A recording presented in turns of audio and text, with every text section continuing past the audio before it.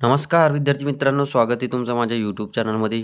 तर मित्रांनो, आज आपण पाहणार आहोत घातांकाचा दुसरा नियम. काल आपण पाहिला होता घातांकाचा पहिला नियम. घातांकाचा पहिला नियम काय सांगतो? पाया समान असेल आणि भागाकाराची क्रिया असेल तर घातांकित संख्येची बेरीज करायची आहे, म्हणून आपण बेरीज केली होती. त्यानंतर आता दुसरा नियम पाहणार आहोत.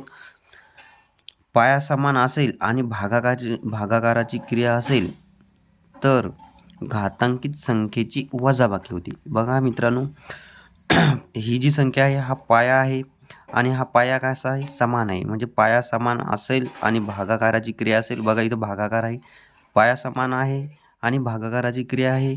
तर अशा वेळेस काय होतं? घातांकित संख्येची वजाबाकी होते. म्हणून इथून बघा घातांकित संख्येची वजाबाकी दिलेली.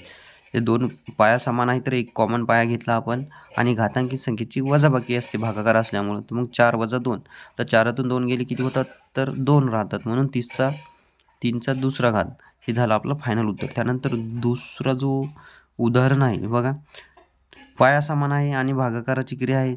म्हणून आपण काय करतो की पाया एक कॉमन घेतो आणि भागाकाराची क्रिया असल्यामुळं घातांकित संख्येची वजाबाकी करतो. मग 2 वजा 5 बरोबर.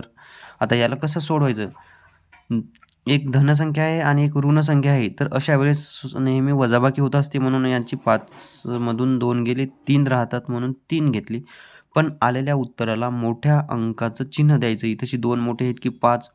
तर 5 मोठे आहेत. 5ला कोणतं चिन्ह आहे? तर मायनसचं, म्हणून हे मायनसचं चिन्ह दिले.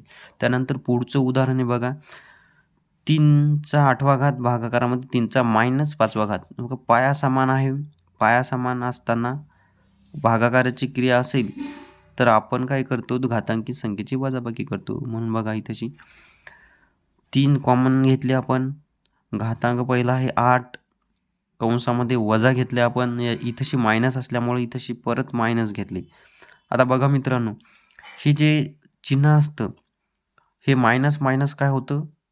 प्लस होऊन जातं. तर या ठिकाणी बघा, हे कंसाबाहेर आल्याच्या नंतर जे मायनस चिन्ह होतं ते मायनस मायनस प्लस झाले आणि 8 आणि 5ची या ठिकाणी बेरीज झाली. म्हणून फायनल उत्तर किती आलं आपलं? 3चा 13वा घात. तर त्यानंतर मित्रांनो, हे बरेचसे उदाहरणं तुम्हाला सोडवण्यासाठी दिलेले आहेत.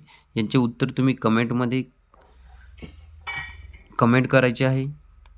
हे बघा, हां, इथं उत्तरं दिसत आहेत. हे उत्तरं नाही पाहायचे. अगदी सोपे प्रश्न आहेत. उत्तर न पाहता सोडवायचे आहेत.